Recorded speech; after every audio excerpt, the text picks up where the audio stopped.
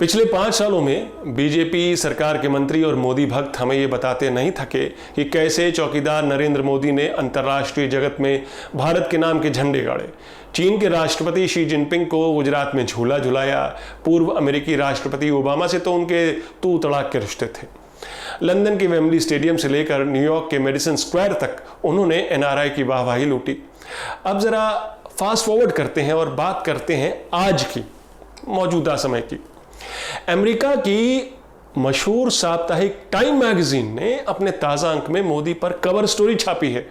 Modi time magazine के cover page पर हैं, जिसके साथ ये विवादास्पद हेडलाइन भी है, इंडियाज डिवाइडर इन चीफ। जाहिर है ये हेडलाइन मोदी के सांप्रदायिक हिंदुत्ववादी इमेज पर तंज है। आज बात करेंगे इस कवर स्टोरी की, जिसमें मोदी की पर्सनालिटी, उनके 5 साल के शासन का पोस्टमार्टम किया गया है। यही है आज की न्यूज़बाजी। नमस्कार, मैं हूं आपका न्यूज़बाज प्रभात शुंगलू। हम इस कवर स्टोरी पर दोबारा लौटेंगे, लेकिन एक बात यहां बताता चलूं कि टाइम मैगजीन की इस कवर स्टोरी में मोदी शासन को महिला विरोधी भी बताया गया है। मैं यहां पे इसलिए भी इस बात को अंडरलाइन कर रहा कि अभी ताजा एक कंट्रोवर्सी हुई है दिल्ली लोकसभा चुनाव को लेकर। क्या है वो कंट्रोवर्सी, यहां आपको बताते चलें। आम आदमी पार्टी के नेता और पूर्वी दिल्ली लोकसभा सीट से उम्मीदवार आतिशी मरलेना ने एक सनसनीखेज आरोप लगाया है कि उनके खिलाफ पूर्वी दिल्ली के इलाकों में एक पर्चा बंटवाया गया है, पैम्फलेट, जिसमें उनकी निजी जिंदगी पर भी बेहुदा बातें कही गई हैं। आतिशी का आरोप है कि बीजेपी उम्मीदवार और भारत के मशहूर क्रिकेटर गौतम गंभीर ने उनके खिलाफ ये पर्चा बंटवाया है। यही नहीं, बल्कि इस पैम्फलेट में आतिशी और दिल्ली की केजरीवाल सरकार में मंत्री मनीष सिसोदिया को लेकर भी अभद्र और आपत्तिजनक टिप्पणी है। मुख्यमंत्री केजरीवाल ने ट्वीट के जरिए कहा कि विश्वास नहीं होता गौतम गंभीर इस स्तर तक गिरेंगे। केजरीवाल ने दिल्ली के वोटरों को आगाह किया कि ऐसी मानसिकता वाले व्यक्ति अगर चुनकर आए तो महिला सुरक्षा का क्या होगा। दिल्ली में प्रचार आज खत्म हो गया। 12 मई यानी संडे को वोटिंग है, लेकिन गौतम गंभीर ने पलटवार करते हुए कहा कि अगर आप ये साबित कर दे तो मैं आज ही इस्तीफा दे दूंगा, नहीं तो केजरीवाल राजनीति से संन्यास ले लें। उन्होंने आप नेताओं को मानहानि का मुकदमा दायर करने की धमकी दी है। धमकी नहीं दी है, बल्कि आज सुबह मानहानि का नोटिस भी आपके नेताओं को भिजवा दिया। मामले ने और तूर पकड़ लिया है। मनीष सिसोदिया ने कहा, एक तो चोरी और ऊपर से सीना जोरी, मानहानि तो तुम पर हम करेंगे। एक ट्वीट के जरिए उन्होंने ये कहा। महिला सुरक्षा का जो मुद्दा केजरीवाल ने उठाया, वो टाइम मैगजीन में छपी कवर स्टोरी का भी एक अहम हिस्सा है। इस रिपोर्ट में कहा गया है कि मोदी ने 2014 में महिला सुरक्षा को चुनावी मुद्दा बनाया था, मगर 2018 की एक अंतर्राष्ट्रीय रिपोर्ट कहती कि भारत महिला सुरक्षा के नजरिए से काफी खतरनाक देश है। बांग्लादेश की प्रधानमंत्री शेख हसीना को लेकर मोदी की टिप्पणी का भी इस स्टोरी में जिक्र है कि कैसे उन्होंने कहा था कि उन्होंने आतंकवाद को खत्म किया महिला होने के बावजूद। टाइम मैगजीन का ये लेख आतिश तासीर ने लिखा है। आतिश के पिता सलमान तासीर थे, जिनकी पाकिस्तान में ही हत्या हो गई थी। आतिश की मां तवलीन सिंह भारतीय हैं। तवलीन वो वरिष्ठ पत्रकार हैं, कॉलमिनिस्ट हैं और बीजेपी और मोदी सरकार की सिंपैथाइजर मानी जाती हैं। आतिश तासीर ने टाइम मैगजीन के इस लेख में मोदी के उग्र हिंदुत्व राजनीति की जमकर आलोचना की है। उन्होंने कहा कि मोदी जब आए थे तो उनका नारा था सबका साथ सबका विकास। लोगों ने सोचा कि चलो हिंदू रेनेसां होगा और साथ साथ साउथ कोरिया जैसा विकास भी, लेकिन मोदी ने सबको नाउम्मीद किया। इसके मिसाल के तौर पर उन्होंने मॉब लिंचिंग में मारे गए तमाम मुसलमानों की व्यथा का जिक्र किया। उन्होंने लिखा है टाइम मैगजीन के इस कवर स्टोरी में कि सत्ता में बैठे लोग मुसलमानों पर जुल्म होते देख खामोश रहे और इसी उग्र भीड़ को और बल मिला और उन्होंने दलितों पर भी अत्याचार करना शुरू किया। यही नहीं, आतिश तासीर लिखते हैं कि बीजेपी ने योगी आदित्यनाथ जैसे भगवा पोशाक पहनने वाले नफरत के सौदागर को देश के सबसे अधिक जनसंख्या वाले राज्य की बागडोर थमा दी। इसी राज्य में भारत के सबसे ज्यादा मुसलमान भी रहते हैं। आतिश तासीर ने कहा कि नेहरू साइंटिफिक टेम्पर की बात करते थे। प्रधानमंत्री नेहरू, पूर्व प्रधानमंत्री, मोदी आए तो उन्होंने बताना शुरू किया कि भारत की उन्नति का रास्ता एंशिएंट इंडिया होकर गुजरता है। वो भारत को पुराने भारत में ले गए 2000-4000 साल पहले और उससे भी पहले।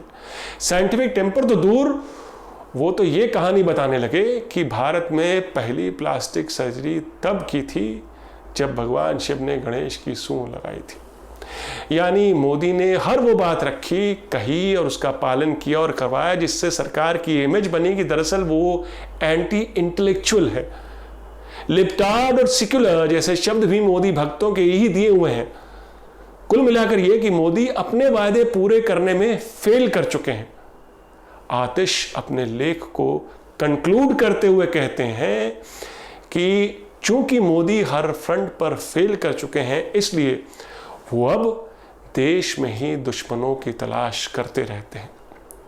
वो अपने एक व्हाइट हाउस में बैठकर नामदार लोगों की सल्तनत पर सोशल मीडिया पर टिप्पणी करते रहते हैं। अगर उनको दूसरा टर्म मिल गया तो ये सोचकर रूह कांप जाती है कि अब वो अपनी नाकामी के लिए इस दुनिया को और कैसे सजा देंगे। मोदी के लिए कांग्रेस के लोग ही नामदार लोग हैं जिनकी सल्तनत का जिक्र वो अक्सर अपने चुनावी भाषणों में करते हैं। और इसी क्रम में आजकल वो राजीव गांधी को लेकर अनर्गल आरोपों की बौछार उन्होंने लगा दी है कि वो भ्रष्टाचारी नंबर 1 हैं, और ये भी कि वो आईएनएस विराट जैसे युद्धपोत पर फॉरेनर्स के साथ छुट्टियां मनाने जाते थे। उसे प्राइवेट टैक्सी की तरह इस्तेमाल किया आईएनएस विराट को। मोदी के इस आरोप का खंडन 2 वरिष्ठ नौसेना के अधिकारियों ने किया। उन्होंने कहा कि राजीव गांधी का वो ऑफिशियल दौरा था और वो इसलिए क्योंकि वो इस इलाके में बतौर प्रधानमंत्री किसी सरकारी काम से आए थे और उन्हें एक जगह से दूसरी मीटिंग के लोकेशन पर ले जाना था लक्षद्वीप के इलाके में, इसलिए वो तफरी करने वहां पर नहीं गए थे। हालांकि एक दूसरे नौसेना के अधिकारी ने मोदी के आरोप का समर्थन भी किया। फॉरेनर्स से मोदी का आशय शायद राजीव गांधी की पत्नी सोनिया गांधी के परिवार वालों से रहा होगा, लेकिन अब कांग्रेस ने टेलीग्राफ अखबार में छपी एक खबर के हवाले से मोदी को ही घेर लिया है। आईएनएस विराट का जवाब आईएनएस सुमित्रा से दिया है। कोलकाता के टेलीग्राफ अखबार ने आज एक खबर छापी कि 2016 में नौसेना के आईएनएस सुमित्रा जहाज पर फिल्म कलाकार अक्षय कुमार भी जा चुके हैं अपनी फैमिली के साथ, पत्नी ट्विंकल और बेटे आरव के साथ। उस समय वहां मौजूद सेना प्रमुख जनरल दलबीर सुहाग के साथ अक्षय ने सेल्फी भी ली थी और अक्षय कुमार उनके परिवार को ले जाने वाले, वहां पर न्योता देने वाले खुद प्रधानमंत्री मोदी थे। अखबार ने सवाल उठाया कि अक्षय कुमार तो कैनेडियन पासपोर्ट धारक हैं, तो वो आईएनएस सुमित्रा पर क्या कर रहे थे?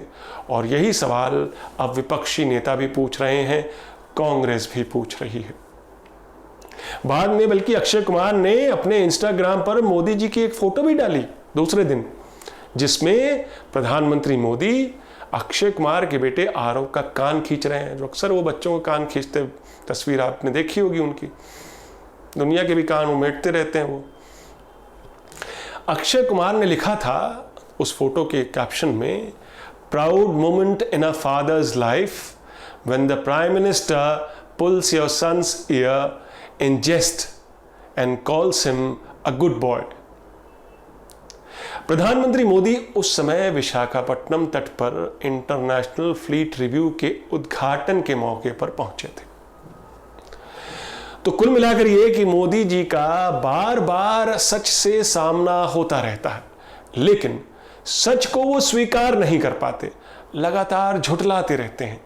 उनका मानना है कि सृष्टि उनके आने के बाद बनी, उसके पहले जो आया, जो था और जिसकी विरासत कायम है, वो सब अव्वल तो थे ही नहीं। और जो मान भी लें कि वो हैं, तो वो सब एंटी नेशनल हैं, नामदार हैं, एलीट हैं। बस अब वो झूठ को ही सच मान बैठे हैं। 23 मई को एक बार फिर मोदी जी का सच से सामना होने वाला है। आज की न्यूज़बाजी इतनी ही, फिर मिलेंगे एक नई न्यूज़बाजी के साथ। तब तक के लिए नमस्कार।